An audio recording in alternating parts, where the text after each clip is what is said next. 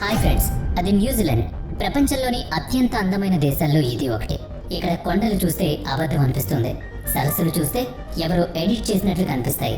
ఇక్కడ ప్రకృతి దృశ్యాలు ఎంత పర్ఫెక్ట్ గా ఉంటాయంటే అచ్చం సినిమా సెట్ లాగా అనిపిస్తుంది. కానీ ఇక్కడ వింతైన విషయం ఒకటి జరుగుతోంది. ప్రజలు న్యూజిలాండ్ ను వదిలేసి వెళ్లిపోతున్నారు. వెళ్లేది పర్యాటకులు కాదు, అసలైన న్యూజిలాండ్ పౌరులు, ఇక్కడే పుట్టి పెరిగిన వారు. ఈ కలలోని దేశంలో బ్రతకాల్సిన వాళ్లే తమ సామాను సర్దుకుని ఆస్ట్రేలియా వైపు వెళ్లిపోతున్నారు. ఇదంతా చాలా వేగంగా జరుగుతోంది. ఏదైనా ఒక ధనిక స్థిరమైన అభివృద్ధి చెందిన దేశానికి ఇది చాలా షాకింగ్ విషయం. ఎందుకంటే ఇదేం యుద్ధం వల్ల నాశనం అవుతున్న దేశం కాదు.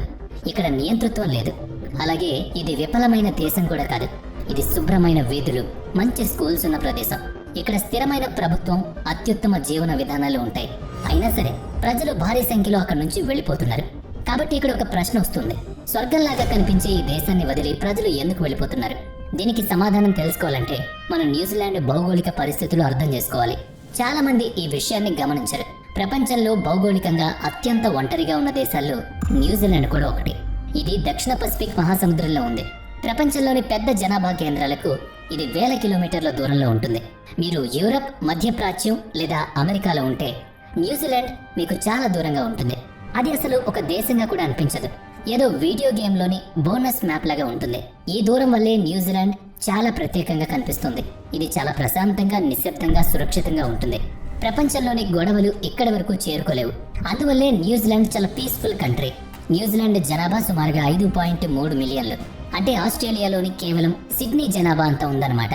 కాబట్టి న్యూజిలాండ్ అనేది ఒక దేశం, కానీ దాని జనాభా ఒక నగరం అంత మాత్రమే. దీనికి తోడు మనం మరో సమస్యను కూడా కలుపుకోవాలి. న్యూజిలాండ్ కేవలం చిన్న దేశం మాత్రమే కాదు, ఇది అంతర్జాతీయ వాణిజ్య మార్గాలకు చాలా దూరంగా ఉంది. ప్రపంచంలోని చాలా వ్యాపారాలు ఉత్తరార్ధగోళంలోని సముద్ర మార్గాల ద్వారానే జరుగుతాయి. ఆసియా, యూరప్, ఉత్తర అమెరికా ఖండాలు ప్రపంచ ఉత్పత్తిని, వినియోగాన్ని శాసిస్తున్నాయి. న్యూజిలాండ్ వీటన్నిటికీ చాలా దూరంగా ఉంది. దీని అర్థం ఏంటంటే ఇక్కడ ఉండాల్సిన చాలా పరిశ్రమలు అసలు ఇక్కడ లేవు. ఎందుకంటే వాటిని వేరే చోట నడపడం చాలా చౌక, సులభం. అందుకే న్యూజిలాండ్ ఆర్థిక వ్యవస్థ చాలా విచిత్రంగా ఉంటుంది. ఇది భారీ తయారీ రంగం లేదా పెద్ద అంతర్జాతీయ సంస్థల దేశంగా మారలేదు. దీనికి బదులుగా డబ్బు సంపాదించే మార్గాలు చాలా తక్కువగా ఉన్న దేశంగా మిగిలింది. ఈ విషయం మిమ్మల్ని అత్యంత ముఖ్యమైన పాయింట్ దగ్గరకు తీసుకొస్తుంది. మీరు జాగ్రత్తగా గమనిస్తే న్యూజిలాండ్ ఆర్థిక వ్యవస్థ ప్రధానంగా 2 స్తంభాల మీద నిలబడింది. మొదటిది వ్యవసాయం, రెండోది రియల్ ఎస్టేట్. ఇందులో ఒక రంగం చాలా ఉత్పత్తిని ఇస్తుంది, కానీ ఎక్కువ మందికి ఉద్యోగాలు ఇవ్వదు. రెండోది ఎక్కువ మందికి ఉద్యోగాలు ఇస్తుంది, కానీ ఒక ప్రమాదకరమైన వలయాన్ని సృష్టిస్తుంది. ముందుగా మనం వ్యవసాయం గురించి మాట్లాడుకుందాం. ప్రపంచంలో వ్యవసాయం పరంగా అత్యంత ఉత్పాదకత ఉన్న దేశాల్లో న్యూజిలాండ్ ఒకటి. ఒక అభివృద్ధి చెందిన దేశానికి ఇది చాలా అరుదైన విషయం. చాలా వరకు ధనిక దేశాలు ఫినాన్స్, టెక్నాలజీ, సేవలు, భారీ తయారీ రంగాల వైపు మళ్ళుతాయి. న్యూజిలాండ్ కూడా మారింది, కానీ వ్యవసాయాన్ని మాత్రం పూర్తిగా వదలలేదు. ఎందుకంటే ఇక్కడ భూమి చాలా సారవంతమైంది. ఇక్కడి వాతావరణం అద్భుతంగా ఉంటుంది, పుష్కలంగా నీరు దొరుకుతుంది. వీటన్నిటికీ తోడు దీనికి ఉన్న ఒక పెద్ద ప్రయోజనాన్ని ప్రజలు మర్చిపోతారు. న్యూజిలాండ్ దక్షిణార్ధగోళంలో ఉంది. దీని అర్థం ఇది ఉత్తరార్ధగోళంలోని దేశాలకు అవసరమైన ఆహారాన్ని ఆసియా సీజన్లో కాకుండా ఇతర సమయాల్లో కూడా ఉత్పత్తి చేయగలదు. యూరోప్ లో చలికాలం ఉన్నప్పుడు న్యూజిలాండ్ లో పంటలు పండించవచ్చు. ఉత్తర అమెరికాలో పంటలు కోసే వాతావరణం ఉన్నప్పుడు న్యూజిలాండ్ దాన్ని చేయగలుగుతుంది. అందుకే న్యూజిలాండ్ అంతర్జాతీయ మార్కెట్లకు పాడి ఉత్పత్తులు, మాంసం, పండ్లు, అత్యుత్తమ వ్యవసాయ ఉత్పత్తులను ఎగుమతి చేస్తుంది. ముఖ్యంగా తనకు దగ్గరగా ఉన్న పెద్ద మార్కెట్ అయిన ఆసియాకు ఎగుమతి చేస్తుంది. ఇది వినడానికి చాలా గొప్ప ప్రయోజనం లాగా అనిపించవచ్చు. నిజానికి అది గొప్పదే, కానీ ఇక్కడ ఒక చిక్కుముడి కూడా ఉంది. చదువుకున్న చాలా మంది యువకులు వ్యవసాయ రంగంలో స్థిరపడాలని అనుకోరు. ఒకవేళ వాళ్ళు అనుకున్నా సరే అక్కడ సరిపడా ఉద్యోగాలు లేవు. ఎందుకంటే న్యూజిలాండ్ లో ఆధునిక వ్యవసాయం మొత్తం యంత్రాల ద్వారానే జరుగుతుంది. ఇక్కడ పొలాలు ఎంత విలువైనవంటే రైతులు ఆటోమేషన్, యంత్రాలు, సిస్టమ్స్ లాంటి అత్యుత్తమ పరికరాల మీద పెట్టుబడి పెడతారు. దీనివల్ల తక్కువ మంది కూలీలు అవసరం అవుతారు. కాబట్టి న్యూజిలాండ్ కు వ్యవసాయం ఒక ప్రధాన ఎగుమతి సాధనం అని చెప్పొచ్చు. మరి మిగతా వారి కోసం ఏముంది? ఇక్కడే రెండో స్తంభం గురించి చెప్పుకోవాలి. అదే రియల్ ఎస్టేట్. న్యూజిలాండ్ లో ఇల్లు అంటే కేవలం ప్రజలు నివసించే ప్రదేశం మాత్రమే కాదు. ఇల్లే ఒక ఆర్థిక వ్యవస్థ. ఇల్లు కొనడం, అమ్మడం, నిర్మించడం, అద్దెకివ్వడం, ఫినాన్స్ చేయడం, దాన్ని నిర్వహించడం, నియంత్రించడం, ఇలా న్యూజిలాండ్ లో జరిగే ఆర్థిక కార్యకలాపాల్లో ఎక్కువ భాగం రియల్ ఎస్టేట్ చుట్టూనే తిరుగుతుంది. ఎప్పుడైనా సరే ఒక దేశం అభివృద్ధి కోసం రియల్ ఎస్టేట్ మీద ఆధారపడితే ఇలాగే జరుగుతుంది. మరి ఇల్లు అనేది నివసించే ప్రదేశంగా కాకుండా ఒక ఆర్థిక సాధనంగా మారిపోతుంది. ఇక్కడ నుంచే సమస్యలు మొదలవుతాయి. ఎందుకంటే ఇల్లు ఒక పెట్టుబడి మార్గంలా మారిన తర్వాత వాటి ధరలకు స్థానికుల జీతాలకు ఎలాంటి సంబంధం ఉండదు. ఆ ధరలు అంతర్జాతీయ పెట్టుబడుల ఆధారంగా మారుతూ ఉంటాయి. ఇళ్ల ధరలు ఎప్పుడు పెరుగుతూనే ఉంటాయనే నమ్మకం ఏర్పడుతుంది. జనాభా ఎక్కువ ఉన్నప్పటికీ ప్రపంచంలో అత్యంత ఖరీదైన రియల్ ఎస్టేట్ న్యూజిలాండ్ లో ఉండడానికి ఇదే కారణం. ఇది వినడానికి కొంచెం వింతగా అనిపిస్తుంది, ఎందుకంటే న్యూజిలాండ్ లో ఎటు చూసినా ఖాళీ భూమి, విశాలమైన ప్రదేశాలే కనిపిస్తాయి. మరి ఇండ్లు ఎందుకు అంత ఖరీదైనవి? దానికి కారణం కేవలం భూమి మాత్రమే ముఖ్యం కాదు.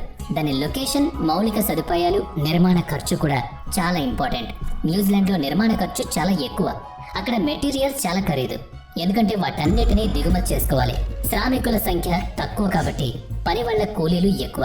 ఒక చిన్న దేశంలో భవన నిర్మాణాలను నియంత్రించడం సులభం కాబట్టి ఇక్కడ నిబంధనలు కూడా చాలా కఠినంగా ఉంటాయి. కాబట్టి భూమి అందుబాటులో ఉన్నా సరే దాని మీద ఇల్లు నిర్మించడం సవాల్ లాంటిదే. సొంత ఇల్లు కొనుక్కోవాలనే కలను వాళ్ళు వదిలేసుకుంటారు. అది ఇప్పుడు వాళ్ళ లక్ష్యం కాదు, అది కేవలం ఒక ఊహ మాత్రమే. కానీ ఇక్కడ ఒక ఆసక్తికరమైన విషయం కూడా జరుగుతోంది. ఒకవేళ ఇండ్ల ధరలు ఇంత ఖరీదైతే వాళ్ళు ఆస్ట్రేలియాకు ఎందుకు వెళుతున్నారు? ఆస్ట్రేలియా కూడా చాలా ఖరీదైన దేశమే కదా. సిడ్నీ, మెల్బోర్న్ లాంటి నగరాల్లో ఇల్లు కొనడం చాలా కష్టం. మరి వాళ్ళు అక్కడికి ఎందుకు వెళుతున్నారు? దీనికి సమాధానం ఇల్లు కాదు, దీనికి సమాధానం అవకాశాలు. న్యూజిలాండ్ ఒక చిన్న ఆర్థిక వ్యవస్థ. చిన్న ఆర్థిక వ్యవస్థలకు ఒక చేదు నిజం ఉంటుంది. వాటి దగ్గర అత్యుత్తమ స్థాయి ఉద్యోగ అవకాశాలు ఉండవు. మీరు ఏదైనా ఒక ప్రత్యేకమైన నగరంలో పనిచేయాలనుకుంటే మీకు ఉద్యోగం ఇచ్చే కంపెనీల సంఖ్య చాలా తక్కువగా ఉంటుంది. మీరు కార్పొరేట్ రంగంలో ఉన్నత స్థాయికి ఎదగాలంటే ఇక్కడ అవకాశాలు జీరో. మీరు పెద్ద టెక్నాలజీ కంపెనీలో పనిచేయాలనుకుంటే ఆక్లాండ్ లో సిలికాన్ వ్యాలీ లాంటిది ఏమీ లేదు. మీరు అంతర్జాతీయ ఆర్థిక రంగంలో పనిచేయాలనుకుంటే ఆక్లాండ్ ఏమీ సింగపూర్ కాదు. మీరు ఉన్నత స్థాయి పరిశోధనలు చేయాలనుకుంటే ఇక్కడ బడ్జెట్లు ఉండవు. మీరు అంతర్జాతీయ స్థాయిలో కెరీర్ను నిర్మించుకోవాలనుకుంటే మీరు చాలా త్వరగా ఒక పరిమితిని చేరుకుంటారు. ఇదే ఇక్కడ ఉన్న అసలైన సవాల్. ఆస్ట్రేలియా వీరికి చాలా దగ్గరలో ఉంటుంది కాబట్టి టాస్మానియా సముద్రం దాటితే చాలు ఆస్ట్రేలియా వస్తుంది. మీదొక చిన్న దేశం అయితే మీ పక్క దేశం ఎలా ఉందనేది చాలా ముఖ్యం. న్యూజిలాండ్కు ఆ పక్క దేశం ఆస్ట్రేలియా. ఆస్ట్రేలియా కేవలం దగ్గరగా ఉండడం మాత్రమే కాదు, సాంస్కృతికంగా కూడా వీటికి దగ్గరగానే ఉంటుంది. ఇక్కడ ఒకే భాష, ఒకే జీవన శైలి, ఒకే రకమైన క్రీడా సంస్కృతి ఉంటుంది. కానీ అతిపెద్ద తేడా ఏంటంటే ఆస్ట్రేలియా చాలా పెద్ద దేశం. దాని దగ్గర ఎక్కువ కంపెనీలు, ఎక్కువ అవకాశాలు, ఎక్కువ పరిశ్రమలు ఉన్నాయి. ఎక్కువ పెట్టుబడులు, పెద్ద యూనివర్సిటీలు ఉన్నాయి. కెరీర్లో ఎదగాలనుకుంటే ఆస్ట్రేలియా ఒక మంచి అవకాశాన్ని ఇస్తుంది. అదే అభివృద్ధి చెందిన దేశం నుంచి మేధావుల వలస అందుకే జరుగుతోంది. సాధారణంగా మేధావుల వలస పేద దేశాల నుంచి ధనిక దేశాలకు జరుగుతుంది. అస్థిరమైన ప్రదేశాల నుంచి స్థిరమైన ప్రదేశాలకు వెళుతుంది. యుద్ధం జరుగుతున్న ప్రాంతాల నుంచి ప్రశాంతమైన మైదానాల వైపు వెళుతుంది. కానీ న్యూజిలాండ్ ముందే ఒక స్థిరమైన ధనిక దేశం. అయినా సరే ఇక్కడ నైపుణ్యం ఉన్న వాళ్ళు వలస వెళ్లిపోతారు, ఎందుకంటే అవకాశాలు లేమి. దీనికి తోడు పరిస్థితులు మరింత దిగజార్చే మరో విషయం కూడా ఉంది. రెండు దేశాల మధ్య ఉన్న చట్టపరమైన సంబంధాల వల్ల ఒకరి దేశానికి మరొకరు వెళ్లడం చాలా సులభం. న్యూజిలాండ్ పౌరులు చాలా తక్కువ ఆంక్షలతో ఆస్ట్రేలియాలో నివసించవచ్చు, పని చేసుకోవచ్చు. వాళ్ళు కొత్తగా ఏ భాష నేర్చుకోవాల్సిన అవసరం లేదు. కొత్త సంస్కృతికి అలవాటు పడాల్సిన అవసరం అంతకంటే లేదు. ఆసియా, ఆఫ్రికా లేదా యూరోప్ నుంచి వలస వచ్చే వాళ్ళు ఎదుర్కొనే ఇబ్బందులను వీళ్ళు ఎదుర్కోవాల్సిన అవసరం ఉండదు. వాళ్ళు చాలా సులభంగా అక్కడికి వెళ్లి స్థిరపడొచ్చు. అంటే న్యూజిలాండ్ ఒక ప్రత్యేకమైన పరిస్థితిలో ఉంది. ఇది ఆస్ట్రేలియాతో ఎంతగా అనుసంధానమై ఉందంటే దీన్ని వదిలేసి ఆస్ట్రేలియా వెళ్లడం అత్యంత సులభం. ఎప్పుడు వదిలి వెళ్లడం సులభం అవుతుందో అప్పుడు చాలా మంది వెళ్ళిపోతూ ఉంటారు. ముఖ్యంగా యువకులు, జీవితంలో ఎదగాలనే తపన ఉన్న వాళ్ళు అక్కడ అస్సలు ఉండరు. ఖచ్చితంగా ఇప్పుడు ఇదే జరుగుతోంది కూడా. ఇక ఆ తర్వాత ఏర్పడిన ఈ ఖాళీని న్యూజిలాండ్ భర్తీ చేసుకోవాలి. దీనికోసం వలసలు పెంచుతుంది. ఇది తార్కికంగా సరైన ఆలోచనే, కానీ ఇది మరో కొత్త సమస్యను సృష్టిస్తుంది. న్యూజిలాండ్ జనాభా ఇప్పటికీ పెరుగుతూనే ఉంది, కానీ ఈ పెరుగుదలలో ఎక్కువ భాగం వలస ద్వారా వస్తోంది. కార్మికుల కొరతను తీర్చడానికి, ఆర్థిక వ్యవస్థను నడిపించడానికి, వృద్ధులవుతున్న జనాభాకు మద్దతు ఇవ్వడానికి ఈ కొత్త వాళ్ళు వస్తారు. ఇది సాధారణ విషయమే, కానీ ఒక చిన్న కారణం వల్ల న్యూజిలాండ్ పరిస్థితి విచిత్రంగా మారుతోంది.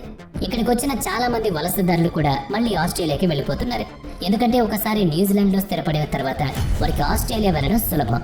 వీరికి న్యూజిలాండ్ కేవలం ఒక మెట్టులాగా, ఒక బ్రిడ్జ్ లాగా ఉపయోగపడుతుంది. ప్రస్తుతం న్యూజిలాండ్ పరిస్థితి ఇలాగే ఉంది. తన దేశంలోనే నైపుణ్యం ఉన్న స్థానికులను ఆస్ట్రేలియాకు కోల్పోతోంది. ఆ ఖాళీని భర్తీ చేయడానికి విదేశాల నుంచి నైపుణ్యం ఉన్న వలసదారులను రప్పించుకున్న వాళ్ళు కూడా నెమ్మదిగా ఆస్ట్రేలియా బాట పడుతున్నారు.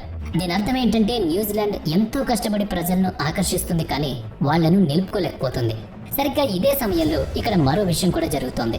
ఆస్ట్రేలియన్లు కూడా న్యూజిలాండ్ కు వలస వస్తున్నారు. కానీ వీళ్ళు వాళ్ళ లాంటి వాళ్ళు కాదు, వీళ్ళు యువ కార్మికులు కాదు. అప్పుడే కెరీర్ ప్రారంభించిన వాళ్ళు అసలే కాదు, వీళ్ళల్లో చాలా వరకు వృద్ధులు, ధనికులు, రిటైర్ అయిన వాళ్ళు ఉంటారు, లేదా మంచి జీవనశైలి కోసం వచ్చే అధిక ఆదాయం ఉన్న వ్యక్తులు వస్తూ ఉంటారు. అంటే టూరిజం లాగా అన్నమాట. ఇలాంటి దేశాలు చూడడానికి పోస్ట్ కార్డులుగా అనిపిస్తాయి. ఈ ఆస్ట్రేలియాలో న్యూజిలాండ్ వర్క్ ఫోర్స్ ను నిర్మించడానికి అక్కడికి రావడం లేదు, కేవలం అక్కడ అందాలను ఆస్వాదించడానికి, మిగిలిన తతిమా జీవితాన్ని గడపడానికి వెళుతున్నారు. చాలా సందర్భాల్లో ఈ ఆస్ట్రేలియన్లు ఇక్కడ ఆస్తులు కొంటున్నారు. హాలిడే హోమ్స్, రిటైర్మెంట్ హోమ్స్ కోసం లేదా పెట్టుబడుల కోసం ఇలా ఇక్కడ పెడుతున్నారు ఇన్వెస్ట్మెంట్.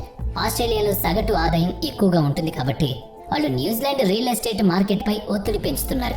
వాళ్ళు సంఖ్యలో ఎక్కువ అయినప్పటికీ వాళ్ళ వల్ల ఇక్కడ చాలా సమస్యలు వస్తున్నాయి. మరి న్యూజిలాండ్ ఈ సమస్యను పరిష్కరించుకోవడంలో ఎందుకు విఫలమైంది? పైకి చూస్తే దీనికి పరిష్కారం చాలా సులభంగానే అనిపిస్తుంది. తమ దేశాన్ని యువతకు మరింత ఆకర్షణీయంగా మార్చాలి, జీతాలు పెంచాలి, ఇండ్ల ధరలు తగ్గించాలి, మరిన్ని పరిశ్రమలు నిర్మించాలి, అవకాశాలు కోకొలలుగా ఉండాలి. అకస్మాత్తుగా ఒక పెద్ద దేశీయ మార్కెట్ను సృష్టించలేదు. అలాగే ఆస్ట్రేలియాతో సులభంగా పోటీ చేయడం అస్సలు కుదరదు. ఎందుకంటే ఆస్ట్రేలియా కేవలం పెద్ద దేశం మాత్రమే కాదు, అది అంతర్జాతీయ స్థాయిలో వనరుల గని లాంటిది. కానీ ఈ మార్పును వెనక్కి తిప్పడం ఎందుకు అంత కష్టమంటే, ఇందులో అత్యంత కష్టమైన భాగం ఏంటయ్యా అంటే, న్యూజిలాండ్ను వదిలి వెళ్లడం వాళ్ళకేం ద్రోహం చేసినట్లు అనిపించదు. అది ఒక సాధారణ జీవితపు ఎంపికలాగే అనిపిస్తుంది. ఆస్ట్రేలియా న్యూజిలాండ్ పౌరులకు తాము వలస వచ్చిన వాళ్ళం అనే ఫీలింగ్ ఇవ్వదు. వాళ్ళ బంధువులాగా కలిసిపోతారు.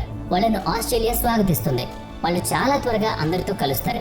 కాబట్టి న్యూజిలాండ్ వదిలి వెళ్ళడానికి వాళ్ళకు భావోద్వేగం అనే అడ్డంకి రాదు. ఆ భావోద్వేగం